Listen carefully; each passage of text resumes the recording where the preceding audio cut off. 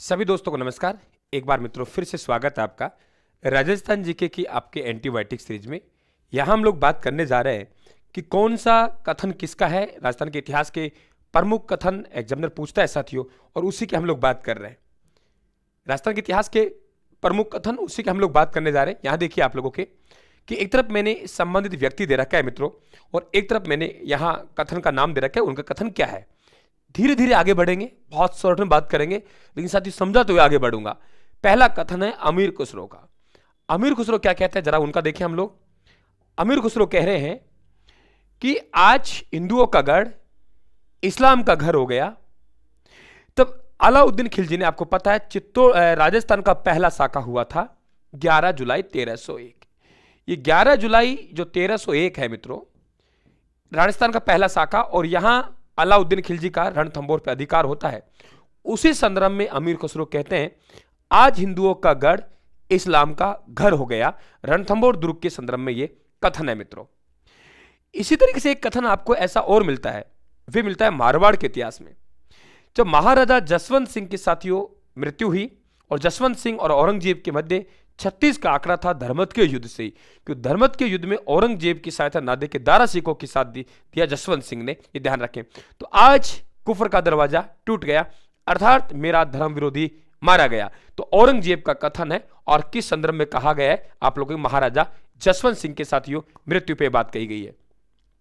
अमीर खुसरो, इसके बाद औरंगजेब साथियों, फिर अमीर खुसरो पे आते हैं। अलाउद्दीन खिलजी ने चित्तौड़ के पूरे दुर्ग को घेर लिया था, ठीक है, और अलाउद्दीन खिलजी ने यहां अधिकार प्राप्त किया आपके 11 जुलाई 1301। अलाउद्दीन खिलजी, ये ध्यान रखें आप लोग, ठीक है। अलाउद्दीन खिलजी, जलालुद्दीन खिलजी नहीं, अलाउद्दीन खिलजी मित्रों पूरी तरीके से घेर लिया। और पूरी तरीके से घेरा तो ऐसा लगता था कि अंदर जो सोना सामग्री है वह खत्म हो गई, ना अमीर बाहर जा सकता ना अंदर आ सकते कोई। तो ऐसे कहते हैं साथियों, वहां लोग अनाज खत्म हो गया। तो अमीर खुसरो ने कहा कि ऐसी स्थिति हो गई थी कि सोनों के 2 दानों के बदले चावल का 1 दाना भी नसीब नहीं हो रहा था। सोने के 2 दानों के बदले में चावल का 1 दाना भी नसीब नहीं हो रहा था। यह कथन है किसका? अमीर खुसरो का, रणथंभौर दुर्ग के संदर्भ में। यहीं पे मित्रों ध्यान रखें, जलालुद्दीन खिलजी ने कहा था जब रणथंभौर दुर्ग पे विजय प्राप्त नहीं कर पाया और जहाइन के युद्ध के बाद वापिस भागते हैं, अमीर देव की सेना इन्हें पीछे खदेड़ने में कामयाब हो जाती है। तो मोहम्मद चाप, ये जलालुद्दीन खिलजी का एक सलाहकार था, मोहम्मद चाप ने जलालुद्दीन खिलजी से पूछा, ए महाराज वापिस क्यों लौट रहे हो? क्या कहा? ए महाराज वापिस क्यों लौट रहे हो? बोला ऐसे 10 दुर्गों को मैं मुसलमान के एक बाल के बराबर भी नहीं समझूंगा। ऐसे 10 दुर्गों को मैं मुसलमान के एक बाल के बराबर भी नहीं समझता। यह कथन किसका है? आप ध्यान रखें साथियों, आप लोगों किसका है? ये जलालुद्दीन खिलजी का है। बहुत बढ़िया क्वेश्चन बनेगा।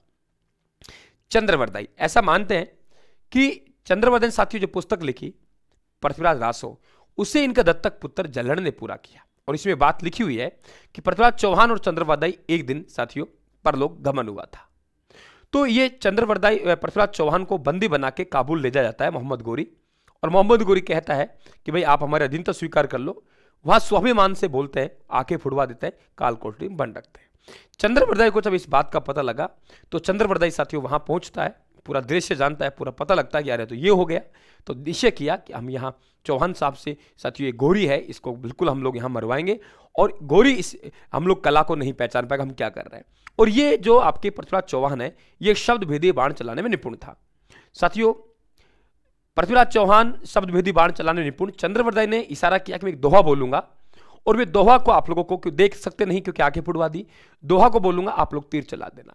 तो वहां एक दोहा बोला, 4 बास 24 गज अष्टुंगल प्रमाण, ताऊ ऊपर सुल्तान मत चुके चौहान, कि इतने ऊपर सुल्तान बैठा हुआ है मत चुके चौहान। 4 बास 24 गज अष्टुंगल प्रमाण, ताऊ ऊपर सुल्तान मत चुके चौहान।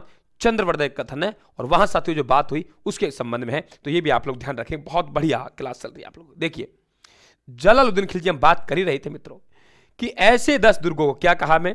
ऐसे 10 दुर्गों को मैं मुसलमान के एक बाल के बराबर भी नहीं समझता। ऐसे 10 दुर्गों को मैं मुसलमान के एक बाल के बराबर नहीं समझता।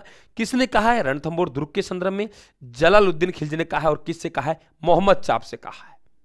अब आता है कर्नल जेम्स टोड। मित्रों कर्नल जेम्स टोड ने क्या कहा है? यह ध्यान रखें कि राजस्थान में ऐसा कोई राज्य नहीं जिसके अपनी थर्मोपल्ली ना हो, और अगर ऐसा कोई नगर नहीं ये ध्यान रखें आप लोग, जिसने अपना लियोनार्ड ऐसा वीर पैदा नहीं किया, बहादुरी का बखान किया है। महाराणा प्रताप कथन काकड़ खेत पर कर धनुष, पुत्र पूर्ति धन पास, शत्रु वैन ने समलय भलो गिरद वास। ये ध्यान रखें आप लोग, महाराणा प्रताप का कथन है साथियों।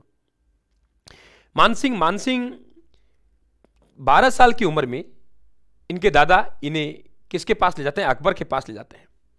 तो ये थोड़ा सांवला कलर का था साथियों। इनके बारे में 2-3 कथन है यहाँ पे। अल्लाह ने जब दिल पर मोहर लगा दी तो मैं उसको तोड़ने की गुस्ताखी क्यों करूं? यदि अनुयायी होने का अर्थ उसके लिए जीवन का बलिदान करना है तो मैं अपनी जान हथेली पर ही लेकर घूम रहा हूं।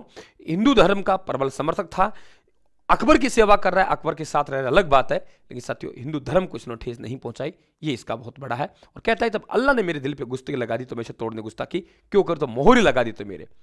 महाराजा जसवंत सिंह मित्रों, औरंगजेब मूर्तियों को तुड़वाना शुरू करते हैं, मूर्ति विरोधी नीति अपनाते हैं 1669 में। महाराजा जसवंत सिंह कहते हैं यदि वे औरंगजेब मंदिरों को तुड़वा देगा तो मैं मस्जिदों को तुड़वा दूंगा। साथियों औरंगजेब की मूर्ति विरोधी नीति का विरोध किया। मेवाड़ में राज सिंह ने भी किया, ऐसा नहीं राज सिंह नहीं किया कि भाई यदि औरंगजेब है ना मंदिरों को तुड़वा देगा तो मैं मस्जिदों को तुड़वा दूंगा। औरंगजेब की मूर्ति विरोधी नीति के संदर्भ में एक कथन प्रचलित है, ध्यान रखें आप लोग। बप्पा रावल, हालांकि अतिशयोक्ति लगती है लेकिन ऐसे कहते हैं कि एक झटके में 2 भैंसों की बलि, इनके संदर्भ में है ना कि इन्होंने कहा है। एक झटके में 2 भैंसों की बलि, 4 बकरों का भोजन, 35 हाथ की धोती, 16 हाथ का दुपट्टा, 32 मन की खड़ग और 12,72,000 इनकी सेना कम होते थे। ऐसा विशाल काय साथियों बप्पा रावल का यहां बखान किया गया। ये भी आप लोगों की जानकारी होना चाहिए, बढ़िया प्रश्न बनेगा। आगे बात करते हैं आसफ खां मित्रों। तब हल्दी घाटी का युद्ध चल रहा था तो बदायूं ने पूछा भाई आप तीर तो चला रहे हो लेकिन हमें यह बताइए कि तीर चला रहे हो इसमें हिंदू मर रहे हैं तो हिंदू कौन से पक्ष के मरे? क्योंकि हिंदू हमारे में भी है और हिंदू उधर भी है। मुगलों को हम पहचान लेकिन हिंदुओं को नहीं पहचान पा रहे। तब आसफ खां ने कहा तुम तो तीर चलाते जाओ, चाहे जिस पक्ष का राजपूत मारा जाए, लाभ तो इस्लाम को ही होना है। लेकिन साथियों नहीं समझे थे। क्या कह रहे हैं कि भाई आप तो तीर चलाते जाओ, चाहे इधर का पक्ष का हिंदू मरे चाहे इधर के पक्ष का हिंदू मरे, लाभ तो इस्लाम को ही होना है। आसफ खां का कथन है हल्दी घाटी के युद्ध में साथियों। कल्ला सेठे साहब, हरे घासरी रोटी जब वन विलावड़ो ले भाग्यो, नान्यो सो अमरियो चीख पड़ो, राणा रसोयो दुख जाग्यो। ये साथियों आप लोगों के अमर सिंह जी हैं, वहां भूख प्यास में ये आप लोगों साथियों हरे घास की रोटियां बना रहे हैं, उन्हें बिलावड़ो ले भाग्यो, तो वहां ये मनोभाव प्रकट कर रहे हैं, ध्यान रखें आप लोग। अर्जुन लाल सेठी मित्रों नौकरी किया करता था। किसी ने पूछा कि भाई नौकरी क्यों छोड़ रहे हो?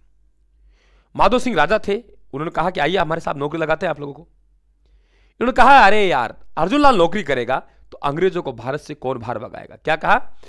यदि मैं नौकरी करूंगा तो अंग्रेजों को भारत से कौन बाहर निकालेगा? ये किसका कथन है? अर्जुन लाल सेठी का है, ध्यान रखें आप लोग। राष्ट्रीयता के साथियों अग्रदूत कहलाते हैं। जयपुर कर्म इसलिए रहिए और क्रांतिकारी को शिक्षा दिया करते थे जैन धर्म की आड़ में, और कहा कि मेरा कोई साथ दे ना दे, मैं तो एक लो चलो रे सिद्धांत पे जीने वाला आदमी हूं। तो एक लो चलो रे सिद्धांत इन्हीं का है। क्या कहा? एक लो चलो रे सिद्धांत अर्जुन लाल सेठी का है मित्रों। ये भी आप लोग ध्यान रखें, बहुत बढ़िया बात। आगे चलते हैं। केसरी सिंह बारेट, तब साथियों इनके पुत्र प्रताप सिंह बारेट को साथियों वहां परलोक गमन हुए, सूचना मिली तो केसरी सिंह बारेट ने कहा, गजब के सवाल कहा, और एक अपनी बेटी चंद्रमणि को एक पत्र लिखा। ये भी ध्यान रखें आप लोग, चंद्रमणि नाम था। तो यहां 2 कथन में एक साथ ले आया हूं। देखिए क्या कह रहे हैं कि आज मुझे बड़ी प्रसन्नता है कि भारत मां का पुत्र उसकी मुक्ति के लिए शहीद हो गया।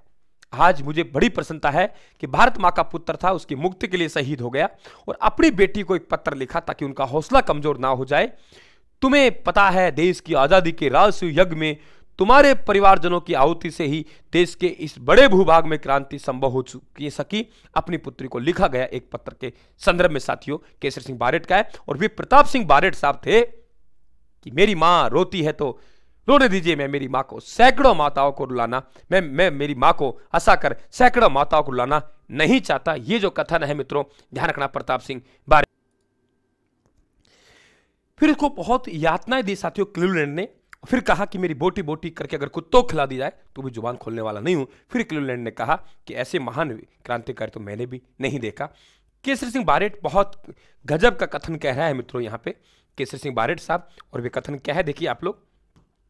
भारत मां में, इसे हमें व्यवहारिक जीवन में उतारना चाहिए। भारत में जन्म लेने के साथ ही जो कर्तव्य मानव जीवन के साथ अविच्छिन्न रूप से प्राप्त होते हैं, जो ऋण देश की प्रत्येक संतान पर, चाहे पुरुष हो अथवा नारी पर रहता है, उसी कर्तव्य को पूरा करने और उसी ऋण से मुक्ति होने में हमारा कल्याण है। इसमें से मेरे हिस्से को मेरे ऊपर छोड़ दीजिए, बाकी तुम संभाल लीजिए। किसका कथन है? केसरी सिंह बारेट साहब का है। नमन है साथियों बारेट परिवार को। देखिए प्रताप सिंह बारेट कह रहे हैं, अरे भाई ऐसा है, मेरी मां रोती है तो रोने दीजिए। आप मेरी मां को हंसाने के लिए, मैं मेरी मां को हंसाने के लिए सैकड़ों माताओं को रुलाना नहीं चाहता हूं। मेरी मां रोती है तो रोने दीजिए, मेरी मां रोती है तो रोने दीजिए भाई। मैं मेरी मां को हंसाने के लिए सैकड़ों माताओं को रुलाना नहीं चाहता, क्योंकि यदि आप दबाव डाल रहे हो कि क्रांतिकारियों का पता बता दो, मैं जैसे क्लीवलैंड क्रांतिकारियों को पता बताऊंगा, तुम पकड़ के फांसी पर लटकाएंगे। तो बढ़िया है कि मैं ही लटक जाऊं। प्रताप सिंह बारेट का कथन है साथियों। यू ही बारेट साहब को नमन नहीं करते हम लोग। माणिकलाल वर्मा है कि देखिए आप लोग, माणिकलाल वर्मा, ये ध्यान रखें आप लोग कि मान मान मेवाड़ा राणा प्रजा पुकारे रे, रुसजार को पत्तों ने लागे, सुन राणा फतमाल रे, बिजोले किसान आंदोलन के संदर्भ में कहा है। और माणिकलाल वर्मा से पूछा मेवाड़ की जनता ने, ये महाराज बताइए, भारत छोड़ो आंदोलन चल रहा है, हमको शामिल होना नहीं होना? निराले अंदाज में जवाब दिया। सीधा मना कर देता तो कम से कम कथन नहीं पढ़ना पड़ता, लेकिन जबरदस्त अंदाज में क्या कहा देखिए, भाई हम तो मेवाड़ी हैं, हर बार हर हर महादेव बोलते हैं, अब की बार भी बोलेंगे, अब की बार बोलेंगे भाई, हम तो मेवाड़ी हैं, हर बार हर हर महादेव बोलते हैं, अब की बार बोलेंगे। साथियों माणिकलाल वर्मा साहब का कथन है। भारत छोड़ो आंदोलन भाग लेने के इशारा को कहा गया है साथियों। जय नारायण व्यास, क्योंकि जयपुर जेंटलमैन एग्रीमेंट समझौता कर सका है, भारत छोड़ो आंदोलन जयपुर पटना में भाग नहीं लेगा। हालांकि विरोध में आजाद मोर्चा गठन हुआ। जय नारायण व्यास, जोधपुर सरकार ने नाजियों जैसा दमन शुरू किया। हमने कहा रे नाजीवाद है क्या? बोले नागरिक स्वतंत्रता का ही तो दमन नाजीवाद है, कि नागरिक स्वतंत्रता का दमन शुरू किया, इसे नाजीवाद कहेंगे। तो जोधपुर सरकार ने नाजियों जैसा दमन शुरू किया। हमने कहा क्या है भाई, नागरिक स्वतंत्रता का दमन ही नाजीवाद है, नागरिक स्वतंत्रता का दमन ही नाजीवाद है। ये जय नारायण व्यास साहब का कथन है साथियों। एक और दूंगा आपको, उसमें आपके कथन पूरे हो जाएंगे। बने रहे सीरीज में, लगातार टेलीग्राम से PDF प्राप्त कर ले रहना साथियों। राम राम, धन्यवाद आप।